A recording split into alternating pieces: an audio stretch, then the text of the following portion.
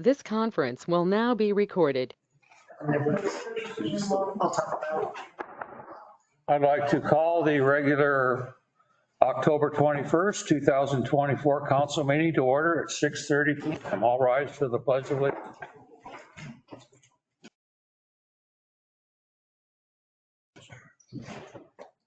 I pledge allegiance to the flag of the United States of America and to the republic for which it stands, one nation, under God, indivisible, with liberty and justice for all.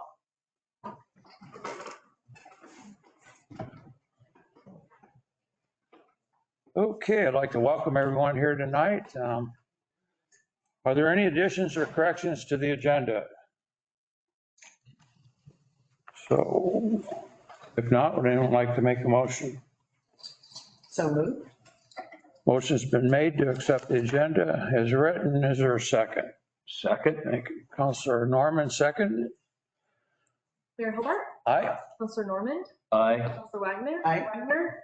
Motion carried. Sorry, I added some letters in there. Thank you. Well, I'll move right into the mayor's report. Second meeting, council meeting of the month, we recognize Citizen of the Month. And we've been doing this for quite a while now.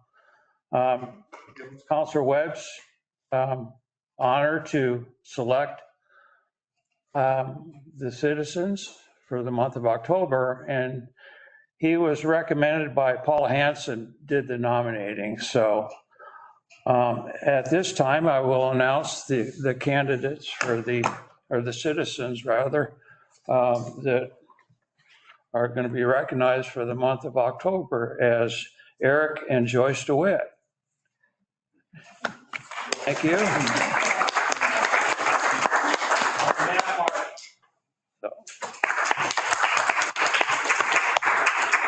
Dale wrote a little synopsis about the citizens.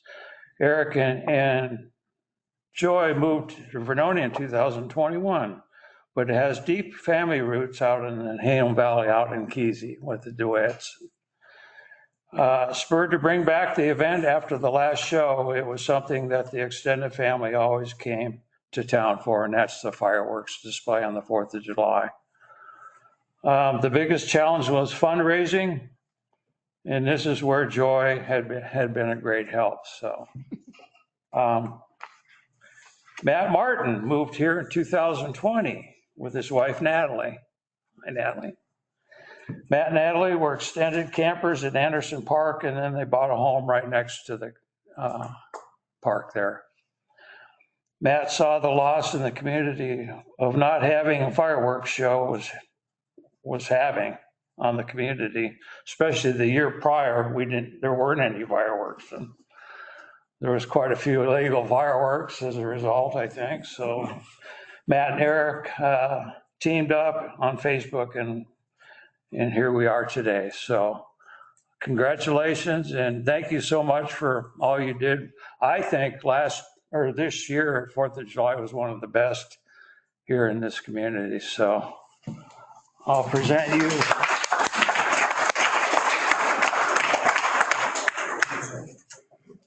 Eric? Come on up, I'll get your pictures. Next year's gonna be even better. All right, thank you, Eric. Kind of have to now. Yeah. Matt? It'll be even better. Eric, did you run out? Nice try. Guys growing or? All right. All right, thank you. Thank you, guys.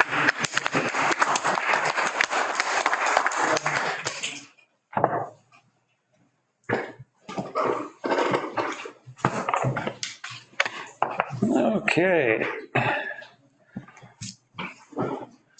We'll move right into presentations. When we have a presentation tonight, Columbia County 911 presentation. If you want to step forward, you have I am happy to. 15 minutes to Hour and 15. Got it. welcome. Thank you, Mr. Mayor. Thank you, council, for letting me be here for a little bit this evening. So I am Mike Fletcher. I'm the executive director of Columbia 911. Right now, tonight I'm going to talk about the levy, but I'm going to give you a little 911 history in Oregon and kind of describe what we are, what we're not. So Columbia 911's been is a very unique 911 center in the state of Oregon. There are 44 911 centers in Oregon. And of those 44, there are 4 basic organizational legal structures that they fall under.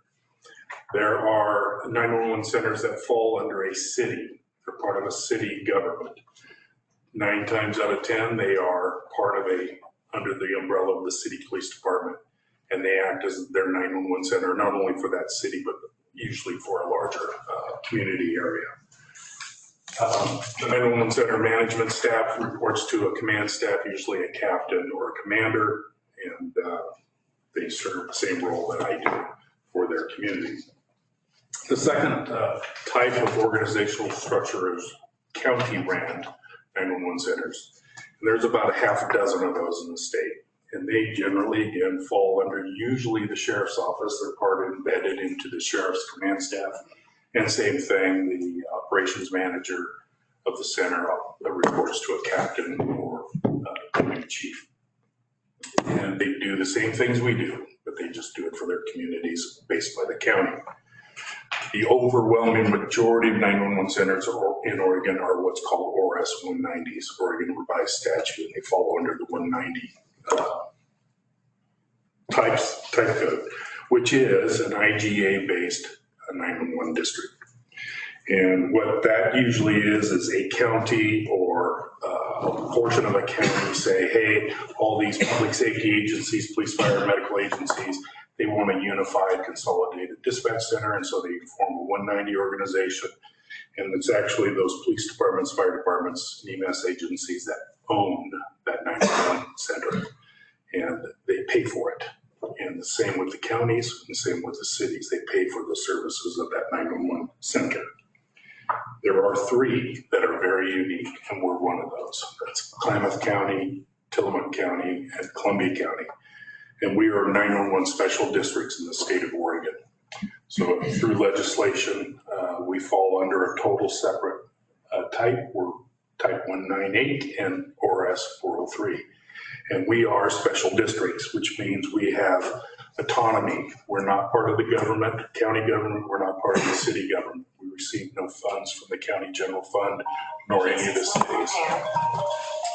We're also very unique in that we don't charge any user fees. The county ran ones, the ORS 190s, and the city ran 911 centers all collect user fees from their customers, their police departments, their fire departments, and EMS agencies. We don't do any of that. So that's who we are. That's why we're unique. Here's some stats there. Last year we did in excess of 100,000 calls.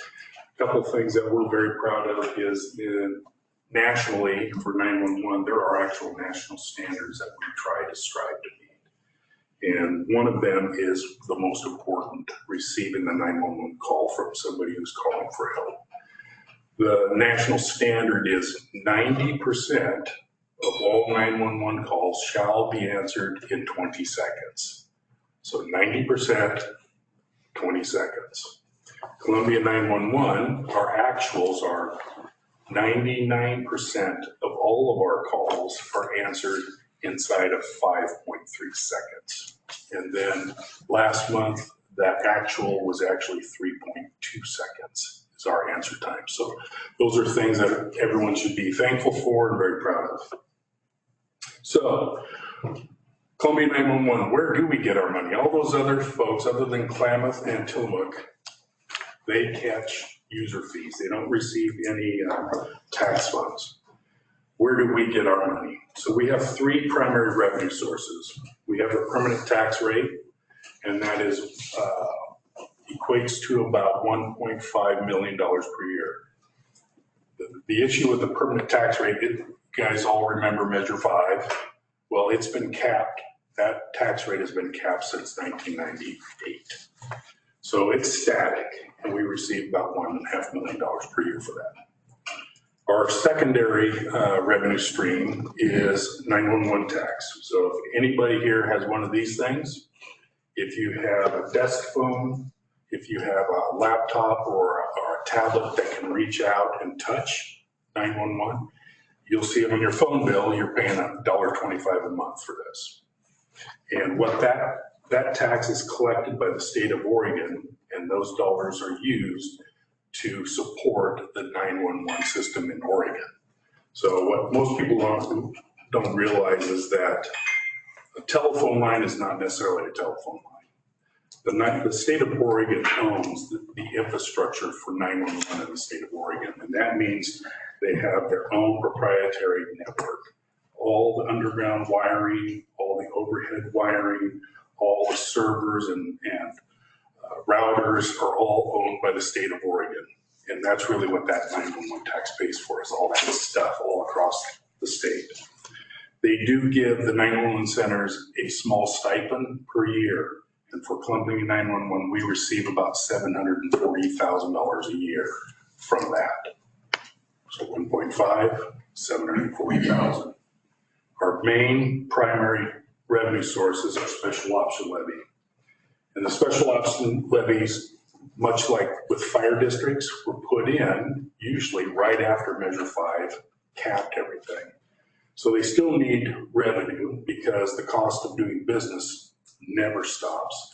And so that the special option levy is that gap filler for all special districts, libraries, irrigation districts, cemetery districts, fire districts, 911 districts. And that makes up our primary revenue. We have some other funds that we do collect, like revenue from interest on our accounts, just like you do. We invest our money into the local government investment pool, LGIP, managed by the state of Oregon. We, of course, collect interest on that just like we do on our personal bank accounts. We receive some funds from SIP. We receive some funds from Portland General Electric. And then we have towers all across Columbia County, radio towers, our transmission towers for our public safety radio system. Depending on, there are people that want to co-locate with our facilities. They want to put their radio equipment on our towers and equipment in our shelters. We do that on a limited basis. Other government entities, PUDs, we let them come into our shelters and put up their equipment. We charge some rent. We get about $40,000 a year on that. So that's our entire revenue stream. Where does the money go? Well, we're an employer, and the largest expense for all employees is our people, wages and benefits. That takes up about $3.2 million per year.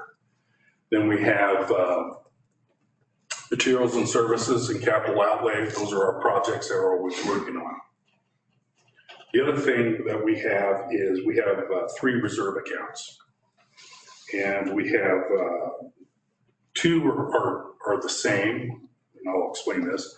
One is not like the others, and that's the revenue loss. So we have a revenue loss reserve account. And our goal, these reserve accounts have been in place since 1991. So they're nothing new. The revenue loss reserve account is specifically for just that, revenue loss. And we try to maintain a balance in that account that equates to 1 year of what we expect to receive from the county in the special option levy. And should that not happen, then we have that reserve account to draw from. Well, this past May, our special option levy failed. It failed by 357 votes. But the spigot for revenue stopped. We will not collect anything in November, or we didn't collect anything from November. So in July, the first of the fiscal year, the board authorized the transfer of those funds into the general account. And that's the only reason that the lights are on and we didn't let off people the services have maintained. That will hold us until June 30th of 25. The other 2 reserve accounts we have is equipment reserve and facilities reserve.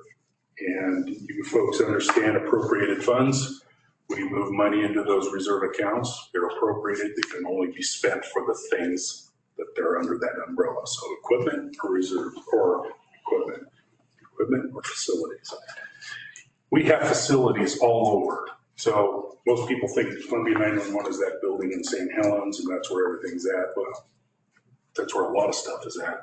But we have facilities all over. So we have one actually right up the hill, up at the water tanks and up at Corey Hill. That's one of our sites. We have them in Clatskanie. We have them in Clatskanie itself, across the river, in Longview, in above Kalama, throughout South County. We have all these facilities, these radio towers, and these buildings. And they are choked full of technology. No big surprise, 911 is very technology heavy. It's very expensive to acquire that stuff, maintain that stuff, and refresh that stuff. And so all of our equipment, everything has a life cycle. So when we acquire something, we know we bought this $1 million thing. It has a life cycle. It needs to be refreshed every couple of years to keep it up to date. And sometimes eventually it needs to be replaced. And we know that going into it. And so every single year we put money aside for the support of that thing or the replacement of that thing. And those are our strategic plan. We have a strategic plan that we plan for 5 to 6 years is our outlook. And every year we're planning for the next year. And so it's always a rolling.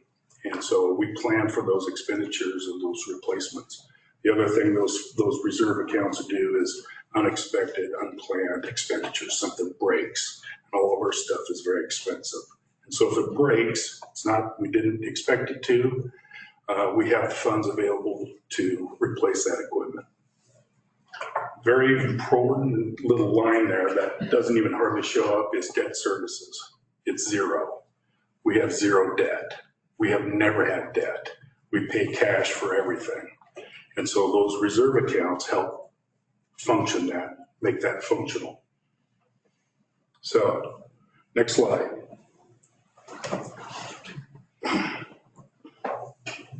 So this is just kind of history for everybody. That special option levy is a limited duration levy. It only lasts 5 years. It sunsets, and then you have to go back out for voter approval. Thing about our special option levy, it's always been at 29 cents, always, since its inception in 1999. And even this November, it's 29 cents. We've never raised it. And people ask a good question. How do you do that? How do you keep doing this and never raise that tax? Because we do planning. So just like I was talking about, that strategic plan is 5 and 6 years long. We know we've got these projects coming up and we incrementally tuck away money to pay for those projects. But those projects are getting pushed out further and further because the 29 cents doesn't pay or doesn't buy what it did 25 years ago. So we're stretching the dollars years and years out. And we have taken a lot of our projects, instead of wanting to do something, we need this replaced, and we want to replace it, but we can't afford to do it at one time. So what we do is break our projects down into phases. And a couple of good examples is most recently we completed a complete rebuild of a mountaintop site. We scraped the hill, we put in a new facility, new generator, new fuel tanks, a new tower, brand new. We did it over 3 years because we had to break it up because we couldn't afford to pay it all at once. We have a part of our radio system is really 2 parts. It's what everyone sees, a pack set on an officer's hip, mobile radios inside the car, all that stuff. But there's a subsection, it's called the microwave, or what we call backhaul. And the microwave system is across every facility. And it's terribly expensive. And over the last 4 years, we have incrementally, completely upgraded the entire system without ever going in debt, without ever asking for a bond. We've paid cash for it. So those are the kind of things it pays for. Next slide. I just did this one. Do you want the next one? Yes, please. So that's a real life photo of our work operations floor in dispatch. It pays for people. The levy pays for people, pays for benefits, pays for the services that we're doing and keeping the system running. Next slide. So we talked about this, it's 29 cents, it's still 29 cents. It's going to be 29 cents until the bosses say something different. I should have used a little disclaimer there. So got to do the math, 29 cents per thousand. So if you have a property assessed at $100,000, it's $29 a year. I think the average in Columbia County is 200 and something thousand. So it's turned out to be like $64 a year. So what if the levy doesn't pass? So we have to plan for that too. Our biggest expense is people. And the other thing you do, just like in your home budget, if I'm sitting at home and 42% of my revenue is gone tomorrow, I have two choices. I can cut and I can find other revenue. I can go get a second job or a third job. In the 911 community in our center, we can cut. We cannot cut half of our radio system, turn it off to save money.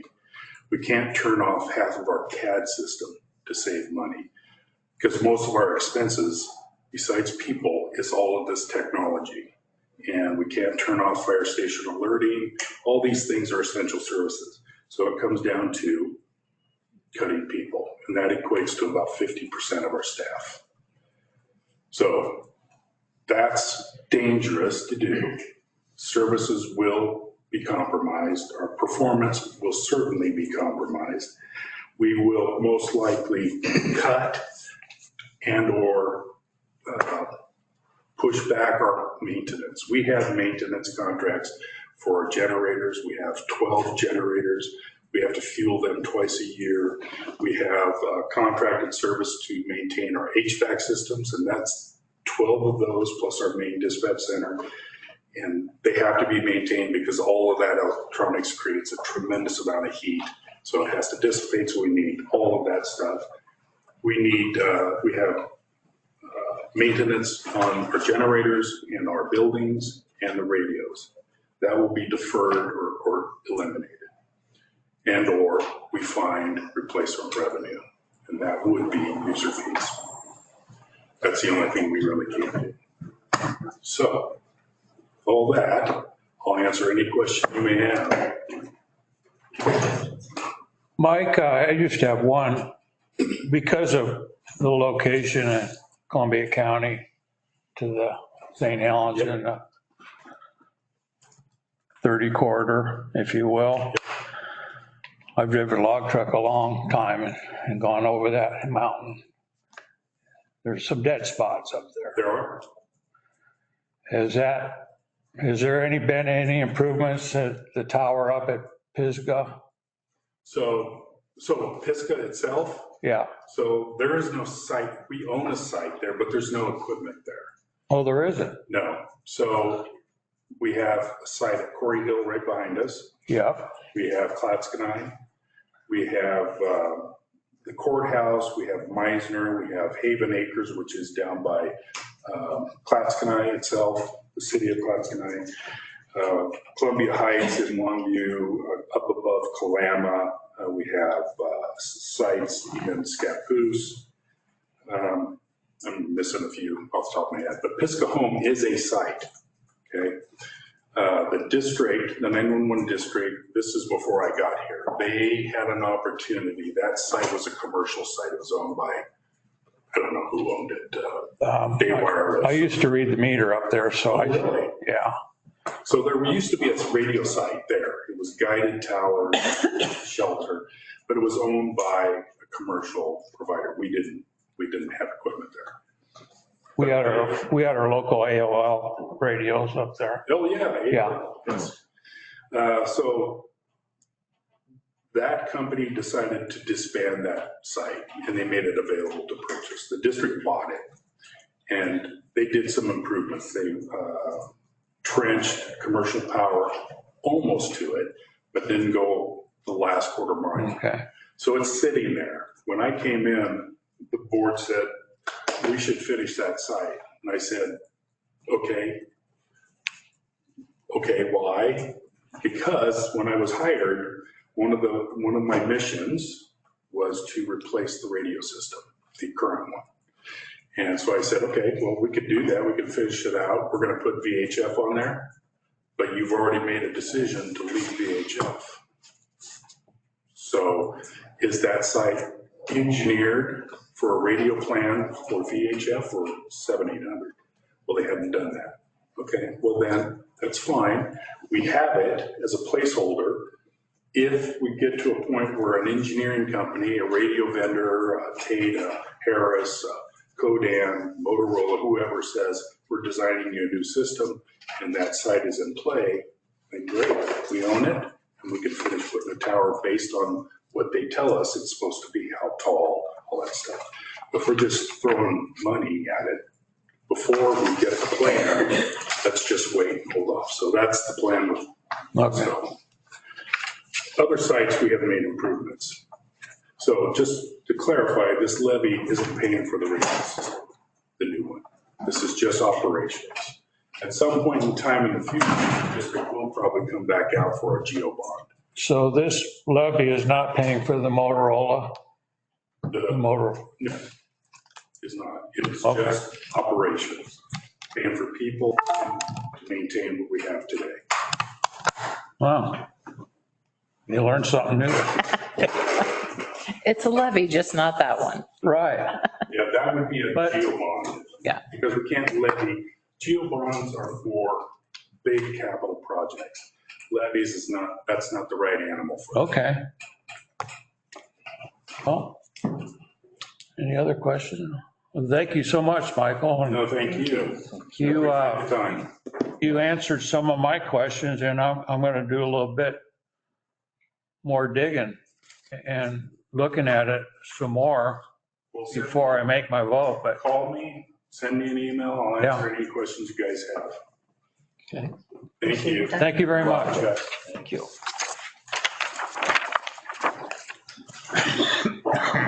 Safe travels. Thank you. Night. Okay. Any council or committee meeting reports tonight? I didn't have one. I don't think so. Okay. Parks and Public Works meet this week. Okay. So, okay, I missed the last one, had a medical procedure, so I wasn't able to make the senior board meeting, but I heard it went pretty normal and went well, so. Any topics on the floor tonight? No, moving right along. Consent agenda for acceptance, Parks Committee meeting minutes for June 2024. And while we're at it, Public Works Committee minutes for August 2024.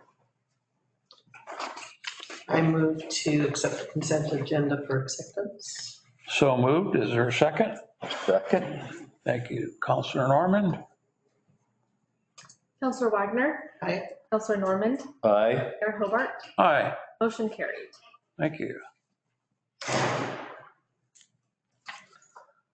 Consent agenda for approval. Moving on to unfinished business. None. New business. Oh, that's me. Well, I'm going to, You want me to pass something out? Go ahead. I didn't know what you needed. I was, well, I think I'm going to step down on the okay. the dais there and present a project that Councilor Norman and I have been working on for the last almost a year. So I'm Rick Hobart. Anyway, the project we're working on is replacing the Vernonia welcome sign just south of town here. Michael Snow made the old sign, or the sign that's there now, and gosh, I can't even remember how many years ago, but it's been there quite a few years, a couple decades anyway. So it was I thought it was time to replace it and brighten things up a little bit. So as a result of the new sign out on Highway 26, I got the idea that it would be nice to have something very similar to that out of metal rather than wood. So Donald and I met with the city administrator one day, and we went over where we'd like to place it and where it would be best to be situated where everyone could see it pretty good as they come down the hill in the town. And so we did that, and so I started doing a little research as to how the big sign was manufactured, and there were several companies, and I didn't realize that it was quite a process involved until I actually started doing it myself. But the first company I went to was Pacific Stainless. They are the ones that actually cut out the metal sign and put it on a brand new trailer and did that. And then so I went in and met with them, and they referred me to Digital Graffiti in Scappoose. Joe,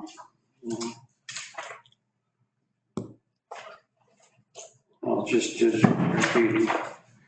And so I called him and I said, well, Rick, you're going to have to go to this other place called the Assembly. And so I got a hold of them, and they were actually the designers of the sign. And they did their design, and then they sent it over to Joe at Digital, and then he actually did the actual wrap that went onto the metal. So, you know, talking to Paul Vogel and different people, finally got bids for each segment of the sign. And so from Pacific Stainless, I got a bid for an 8 by 12 for $5,375, and that's a total cutout. And then State of Assembly gave me a bid of $3,400 and $3,460. So I wanted to have State of Assembly do a mock-up to show you guys what it's going to look like, basically. And so there's basically what it's going to look like. If you look out on the highway sign, if you look to the left of the trestle, it'll basically look like what's there out on the highway. Same colors, same blue sky, green trees. I thought about the log lettering, but after I saw the mock-up on that, I really liked the bright, clear lettering of the new sign. So I think that'd be best to go with that. It'll be hung in between two posts. They're set in the ground. And then I have a 16-foot cedar log that I'm going to rip in two, and I'm going to carve cedar log, and that'll be placed on the front of the post as when you come in, just for aesthetics. So anyway, I'm just here tonight to kind of get a general consensus from the council, if you will, on what we have planned. So any questions? Susan? First of all, I love that lettering, and I think that it really ties much more into the character and our community rather than new, clear, clean lettering. I think that personally me, I happen to like that design. Yeah. Those trees, are those part of the sign as well? No, they're separate. Those are my project that I'm gonna carve out. They'll Okay, just be put on they'll be out of cedar. got it, okay, I wasn't sure. That's basically what it's gonna look like. Yeah, the two trees on the side is what he's gonna carve. Okay, are you gonna do it in 4 because front and back, No, just one side. just the one side? And, Okay, and this side's only one side too. okay. Because we could take the opportunity to say, thank you for visiting Vernonia on the backside of it, just saying. I don't know what our procurement is, I assume this is coming out of parks, or is it? So we don't have anything in the budget. Right. Okay, And there's no more money left from travel Oregon where the big sign was. Actually, that came in at about $40,000. are we required to have multiple bids if we're going to have something that's? Well, not, so when you guys originally talked, you said you wanted to be a community-driven project, not a city project. So we weren't anticipating in budget time allocating any money towards this. So if it remains a community project and the city isn't involved, then no. However they do it bidding wise would be a public thing, not a city have to get 3 bids or anything like that. I like that sign. Go ahead, Sheree. So I agree. I much prefer that lettering than the travel Oregon. I mean, I get that market, but Yeah, this is our community. and again, my That's the printer vibe. at home, Mhm. you know, had the wrong ink, so.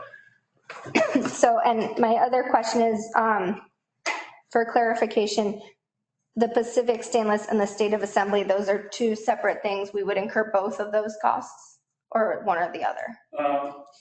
One's the metal, one's the vinyl wrap. Okay. Yeah, So both costs. I mean, this is a $9,000 sign the that we total have came no in budget for. $87.75. Okay. And if we decided that you want to let us go forward with this project, I'm going to go ahead and pay $340. That's what it costs for the mock-up. And then that'll be deducted from the $87.75. So, I have an invoice for $340 okay. for them. Because I guess I thought we were just kind of sprucing up the sign and raising it. I didn't realize we were getting a new fancy sign. So what's your proposal for the remaining cost? So, well, it'll be No, where will we get the other money is what she's asking, Mayor. from the community. So separate fundraising, not out of the city budget. Yeah, Are you guys taking that on to raise that money? How's that going to work? I'm gonna try. Okay. When I took on the Dewey Pool project, 2016, I represented the Lions Club, and so I actually did what I did for this sign. It came to council with a plan, and actually the city gifted $3,000 for that project, and then the Lions contributed $7,500, and then we raised the rest of them up to $20,000, which was the amount for the project. So that's the way I envision this. Josette thought she'd check, see if we can come up with it. Yeah, so the only place we have it currently, council would have to pull it out of general fund contingency because we don't really have anything in parks. Parks is running kind of lean. We've done a lot of work in parks. So we didn't have and it's not really eligible for pulling out of a reserve. And I'm gonna have all this money before they even start, so.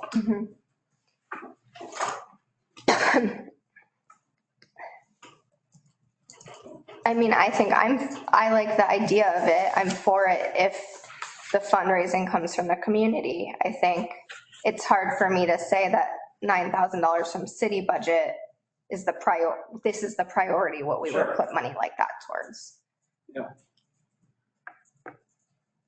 Okay. So have a general consensus to move forward maybe with this? So as a citizen, I would like to see the fundraising proposal and see if you can maybe look around, see if there's any local grants. I would think Ford family would actually potentially like something like that. Whereas thinking Columbia County Cultural Coalition, they have a $2,000 grant that they do every year that we could keep in line with and see, because it does represent, especially if you're doing the timber industry, it would kind of tie in. We've used that funding for public art or public artistic endeavor. I can get with you later on that. Yeah, Sure.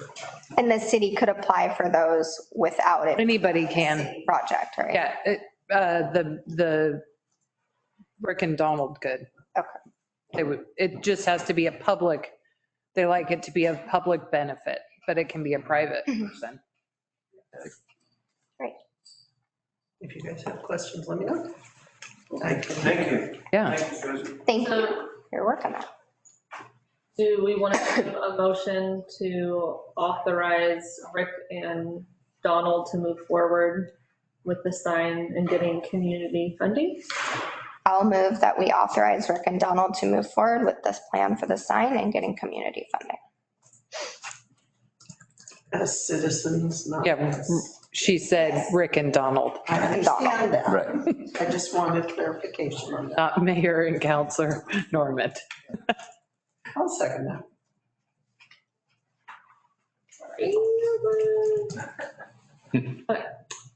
Counselor Ash, Aye. Counselor Wagner, I, Counselor Normand. I mean, technically, you guys can vote in favor of it. Okay, I just want to make sure that Yeah, we're not, What do you think, Susan? yeah, because they're not financially benefiting from it. You're authorized. I wouldn't have the presenter vote on it, but I would have Counselor Norman vote on it. That's different. sure, I don't want to foul things up. No, you're not. You're not an employee of Pacific Stainless or Assembly, right? You could say you have a But neither is potential. Rick. No, and No, but he was the presenter. It's just, Okay. there's no financial, but No. there's nothing to how stop do him. you want to vote? Do you want to authorize yourself to move forward with Donald as Aye. citizens? If Dale was here, I would just Yeah. say you guys don't need to, but it's Yeah. nice to have a motion saying Yeah, a record of you guys getting authorization. Yes. yeah. look at they're in support of that. Yeah, it's not normally so clunky. Thank you, council. Thank you. Thank you for your work on this, both of you. Okay. Business from the departments. Public Works Department update, page 6 and 7. That's a great report. Yeah, I like how it's laid out. It's really. thanks to our employee that isn't here anymore. Set the department up for Yeah. success. He set us up for success. And he went back to what he loves. But you got me. Yes, we do. Chris has a lot of input in this though, too. doesn't he? Chris writes it now. Yes. Wayne designed the report, is what we were Okay, doing. yeah. I may steal this model for. Yeah, right? So you guys have any questions that I could answer or take to Public Works staff for you? I just agree that it's very informative. Yeah. It's awesome. Good. The layout like this is great. A Yeah. question. Yeah. Notice that they're in the process of looking for a new employee, anything. So we will have interviews this week. We had 4 applicants that their applications qualified to be interviewed. We had 5 total, 4 qualified. So we'll be interviewing them with Public Works and the Public Works Committee representative. And then we should know something by the end of the week. That's really good to hear. Yeah. It's always good when you get more than one or two, because then you're kind of like, okay, there's options. There could be anybody in this group. Okay, I guess we're ready to move on to ordinances and resolutions. Resolution 2024-09, a resolution authorizing a loan for the Springboard Sewer Project. Okay, so I will, before you guys get into the adopting part or the question of it, some questions came up on the contract that you guys reviewed. It says that the maturity term is 3 years, which freaked out Counselor Webb, and he started running the numbers and what is this going to mean for each citizen? We went back to IFA to get clarification because that was concerning to us as well. We're like, well, we know it's not a 3-year loan. So it is actually acts more like a construction loan. It's what they do with their funds that you're asking for while you're in a project. So we will borrow, we have asked for 1.5 million. We need about 885 if everything goes as planned with the project. So we will not most likely be borrowing the whole 1.5. That's our goal. But we had to do that with contingency and stuff. They required us to ask for a little bit more so you don't come back a second time. So we will just be charging against that, right? All the CDBG grant money. So 2/3 of this sewer project is being done for free because we received a grant from the Community Development Block Grant. And about 1/3 of it will be a loan that the citizens and the ratepayers will have to pay back. So for the first 3 years, it stays in their pool. We are charged interest only at 3.15. So that an estimated payment, if you took the whole 1.5 million, would be $47,300 annual payment. We can assume a little bit more than half would be our payment should we take what we need and no more. Then after that 3-year period, they will put it into the long-term financing, which is like all the money we've borrowed from USDA, all of them, DEQ. It turns into a 30-year note. That interest rate, and they're kind of guessing because it's 3 years from now, but what they're hoping to get is 4.08 or under. So that's why they gave us that value.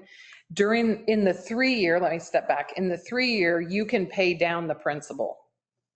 So there might be an opportunity, should we not take the whole amount, that we still make this payment to knock our principal down while we're allowed to do that. And then when it gets long-term financing, you cannot pay against the principal extra, and you can't do prepayment. There's prepayment penalties. So then you're kind of locked in unless you re-amortize the whole loan, right? So that kind of solves Dale's thing. When Ben ran the numbers, worst case 1.5, it could, at this interest rate, given interest rates, we know what we will be in the short-term financing. We don't know what the long-term financing would be. We could potentially be as much as like a $650 increase if you took the whole 1.5. If you don't take the whole 1.5, it could be like a $3.25 increase. That's just this loan. As we've seen, sometimes we underspend in a fund so we don't have to raise the rate, right? So it's going to just be another number in the calculator that would help us set the rates to pay money back. So yeah, we're allowed, I don't know if I missed anything. Yeah, I think I said everything that's on here. Questions? That's a monthly increase or annual? That would be, it would be monthly. Okay. Yeah. So in the way where one went up and one went down this year and the rate, right? We saved a little on one. And so it fluxes with how much use we've had employees in those funds, all of that. It's kind of a unknown. But yeah, it's not a three year, we don't have to pay it back in 3 years. And we're doing our best. I mean, our goal, so there still is contingency in the funding number. So it could be even less than the 885. Should it all go how it's going now? Because we won't spend contingency or borrow it if we don't need it. And we haven't needed it thus far, and we're 30 days from being done. So we're not foreseeing any contingency needing to be spent. Also, because we kind of have, without doing every little item as a change order, we've been keeping master lists, right? Places where the contractor had to overrun a little bit for us, and places where we saved him money. We know we're going to have savings in his job shack. It's not going to be $1,000 a month or whatever that it is, because it's leaving in 45 days. So there's going to be 3 months of that we don't get charged, right? So we're paying really close attention to the numbers, and the contractor, fortunately for us, is willing to kind of, we're like, okay, so you didn't have to pave this and you don't have to have this. So those are what we're expecting we will not spend. So we have that all tallied, and we're paying attention to that as it goes. So. Josette, can you explain what we discussed earlier this morning about the boring Yeah. rather than the trenching cross bridge? Because it just made really a lot of more sense to me after. So we did have one change order, and that was the decision to bore under Highway 47. So in the original plans, the plans called for a manhole right at highway at Adams, and then like a 45-degree angle across both lanes of the state highway to get to Park Drive, and then a 22 to get down Park Drive degrees. When we had slumping issues on Adams, the contractor instantly was like, no, we have to do something different. The exposure to him and the city going 20 feet down in the middle of 2 lanes of a state highway with the slumping we had just adjacent at Adams, none of us were willing to, because if we had a failure of the state highway, that whole bill would be on the taxpayers of Vernonia, which the city was like, let's just do a $30,000 change order and not have the risk, because it makes more sense for us to not risk it. So that's what they're doing. They dug the bore pit in Hawkins. They'll be boring the 350 feet under down Park Drive under the highway to a manhole kind of where the jail is. The engineer recalculated and did a manhole in Shea Park. And then they'll be restoring any damage that they have done in Shea Park, and they'll be filling and repaving the parking area of Hawkins where they've dug the huge bore pit. That's happening right now, and it should take 30 days to get the distance, because it's like a 30-inch casing that has to go in. So, but you got to take those risks, but we don't need to take risks that the city can't afford, neither can our citizens. I mean, we didn't want to risk that all of a sudden we don't spend the money in a change order, and then we're on the hook with a $20 increase to cover whatever we'd have to emergency borrow to fix the highway. So that's where we're at with that. We feel like the project's going good. It's staying in budget, and we're hoping to not have to borrow nearly what we've asked for. But that's where we're at. Thank you, Josette. It's kind of like Amco transmission, pay me now or pay me later. Right.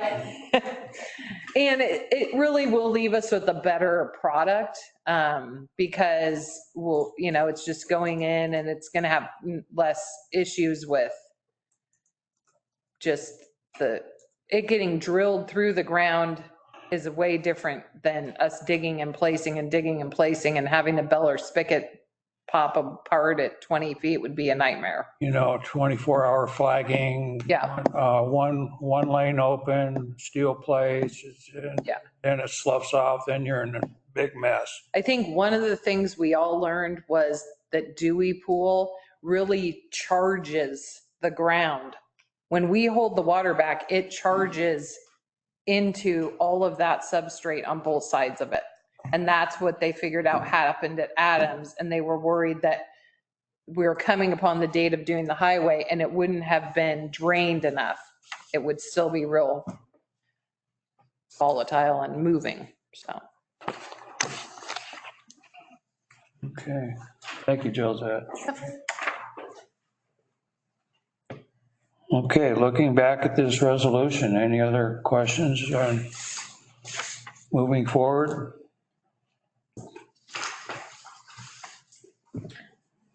I'll move to accept resolution number 2024-09, a resolution of City of Vernonia authorizing a loan from the Special Public Works Fund by entering into a financing contract with the Oregon Infrastructure Finance Authority. So To be clear, it's a motion to adopt. Adopt. moved. Is there a second? I'll second. Seconded by Counselor Wagner? Counselor Norman? Nay. Counselor Wagner? Aye. Counselor Ash? Aye. Mayor Hobart? Aye. Motion carried. Okay. Any well, we do have some correspondence.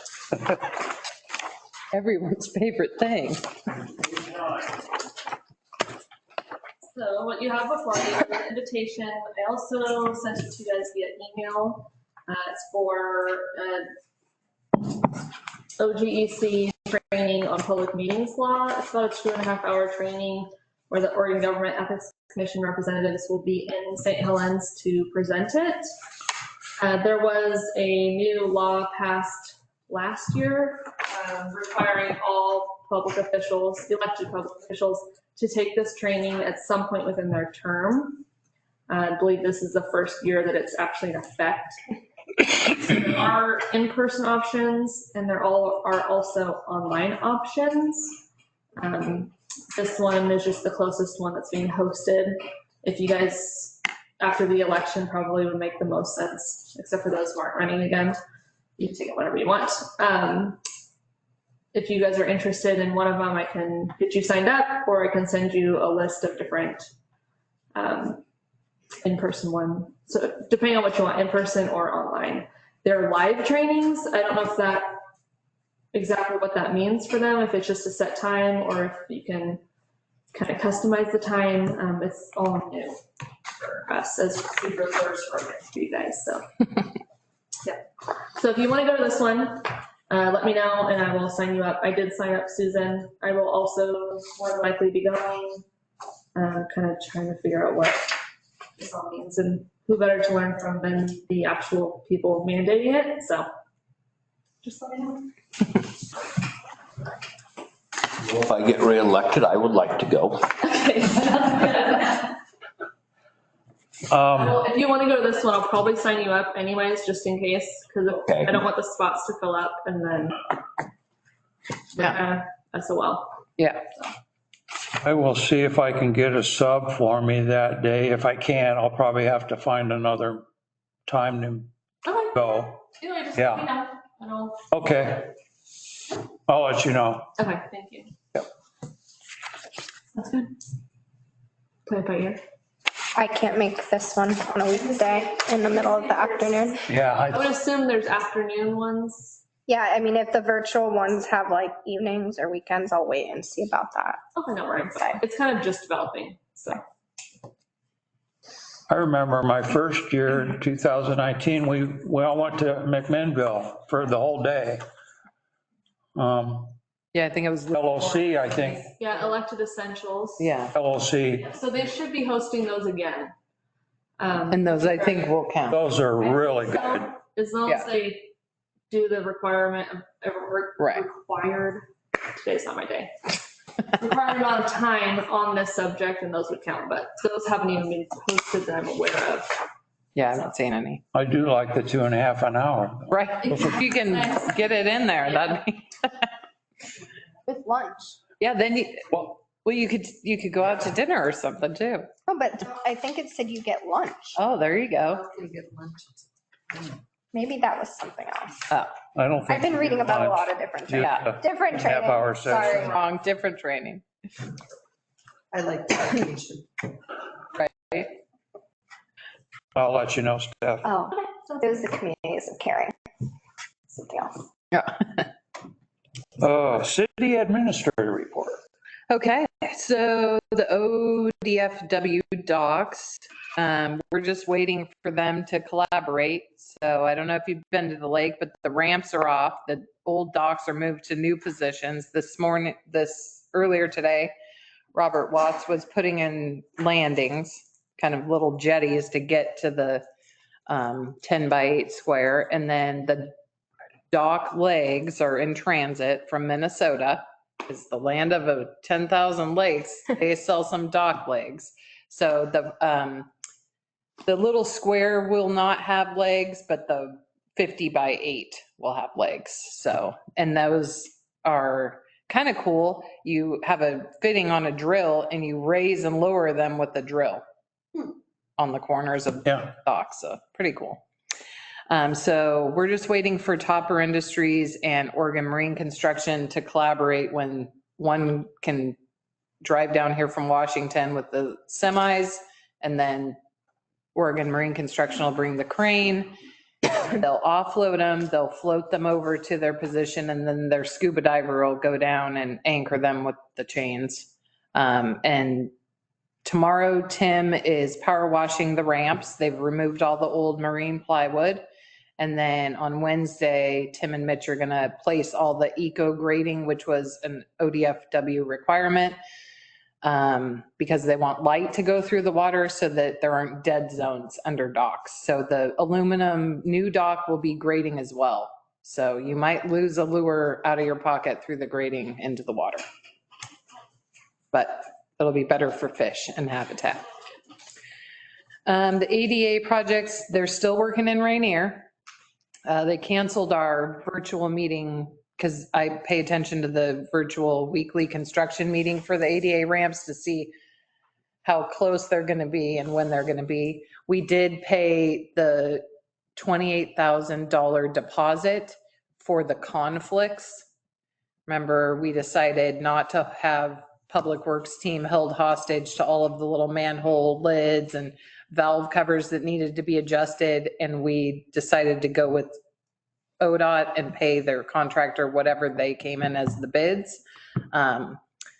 That it's like 4 pages of conflicts because the ramps have everything in them, right? I mean, there's even a conflict up at the blinking light, which I said, I expect that I won't be charged for that because they saw the 2 vaults as the cities, but they're ODOTs because they go to the blinking light. And once they're here and I can prove it, then we won't pay for those.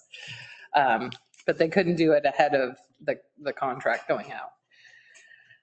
North-South connection, they're almost done up there. And I did not hear from Public Works. I believe their testing for bacteria will be fine, but I haven't heard the definitive answer on that.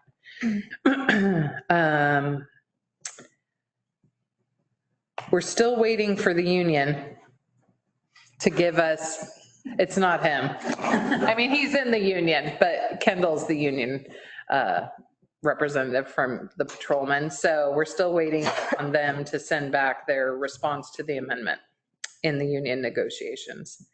The Springboard sewer project, so as of the time of this report, the boring pit was nearly complete. It is complete. They're in it.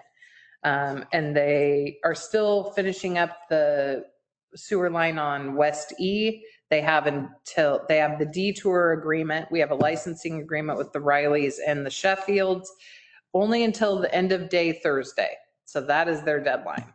They did work on Saturday because I told them I'm not asking them for any more time. That's all they're willing to give us.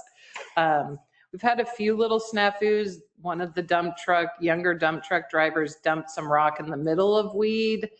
So then they had to take some equipment around the detour to move it out of the travel lane. So, the little hiccups, but nothing big. Everything seems to be going well.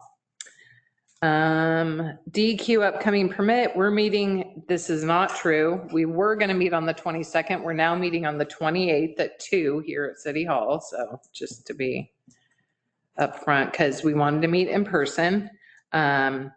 So we're going to go over the draft permit, which I sent to you guys. most of the things we asked for, they were receptive to. The one thing that we are going to be bringing up, and Counselor Webb's been working on it with Ben and Chris, is that we realized when they recalibrated the river gauge below Dewey Pool, they reset all of the data to that calibration. So if they see it's reading less flow, they go back and change the numbers, which could be problematic for us if DEQ's relying on us to pull the numbers of the day, combine them, and then know what our discharge could be in the outfall during the summer months. Remember, we wanted a sliding scale. So Dale kind of was losing it about that, really worried. Well, he's upset they reset the data anyway because he's a data guy, but he's like, we could potentially get fined if we can't prove what the data said to us and why we discharged that much. Does that make sense? So he went to Ben, and of course Ben nerded out on it and just developed this app. So now there's an app that pulls the numbers and documents what the numbers were from the actual website, so we never will get caught that way. We're going to be bringing that up to DEQ, that is an issue. If they're allowing other people to have a sliding scale, they may also be getting data recalibrated backwards, and that could be problematic. But most of the things we believe we can handle. The one thing that's going to be coming back, and it'll come back to Public Works Committee and then ultimately to council, is that we need to address the ammonia. That could be done, and we're having compliance bumps where they gave us 0.8, and that's a daily max, and then you have a monthly max. Well, the way they have it set up for us, we could only have a couple days hit the daily max and we'd be out of the monthly max. It's kind of weird how tight their restriction is. So they're giving us 2 years to get into compliance with that. So once we have them kind of solidified what their permit to us is going to be, then we'll re-engage with WSC, because they said if the Poogaloos don't meet treatment, that they would come back out. And we're about due for them to come out, pull them all out of the lagoon, redo the air hose, because that happens every 10 years. And then put them back. And that could be a time where we have them add a few units. The other thing is the blower building that blows the air oxygen into the Poogaloos is overbuilt. So the other option is we could always add Poogaloos, but the other option to deal with ammonia is we could take a manifold across the dike road and aerate one, which might be more effective in dealing with dissipating that ammonia before it goes to 2, before it gets to chlorine and then gets to 3, and we're at the final state of treatment. So those are all the things we're going to be discussing with them. And then you guys, we have the city county dinner tomorrow night. I believe a lot of people are going. And then, yeah, just Title III, I'm going to be sending out the packet of the Title III chapter for your nuisance workshop, a kind of stock letter of what Iwalani sends to someone that's violated, so you can know that. And then the agenda, we'll be sending that out and printing it tomorrow. Thank you. A week ahead, yeah. Could you have Eva be a part of that workshop? She's planning on it. Oh, good, good. Yeah. I will be attending remotely, Oh, okay. presumably. Yeah. You guys have any other questions for me? I don't. I guess when will you're going to have that printed off, that information here, or do we need to get it off the internet? No, I'll have paper copies and it'll go out email. Perfect. Yep. I've already got a copy. Yeah. You're going to have to pick one up. Heck. Yeah, it is. It's a few pages. So I don't want anyone trying to print it at home. The paper workers. I'll have to. I can send one. I can send it. Are you gone? No, I'm You'll be gone when? Saturday. Okay. But no, Print it for you tomorrow. Yeah, it'll be printed tomorrow. We can, I'll figure out how to get. or I can bring one. Yeah. Okay. Any other questions or comments for Josette? Thank you, Josette. Sure. Items from the mayor and councilors. Okay. I just, I guess this last month seen a few times the streetlights weren't on in the morning. Dang it. Heck. The same one? The same ones across from Black Bear? All of them. Oh, the heck? Okay.